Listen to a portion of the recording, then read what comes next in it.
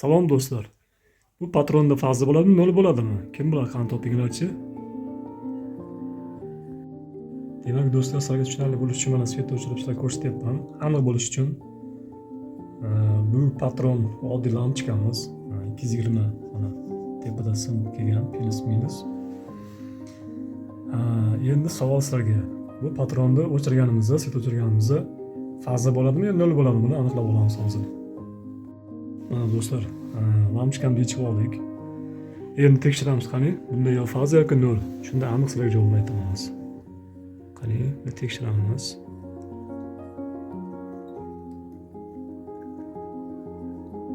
Demak, oltin jim turibdi.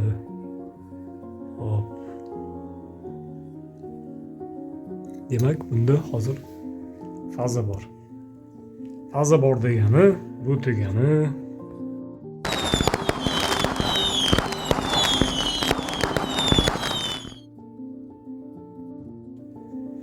faza bor degani, bu degani insonni o'limga olib keluvchi narsa degani, juda xavfli narsa.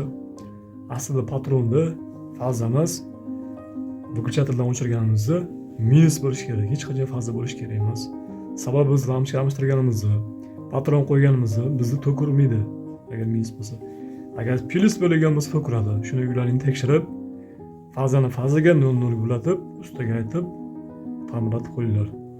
Mana sizlarga yana bitta maslahat.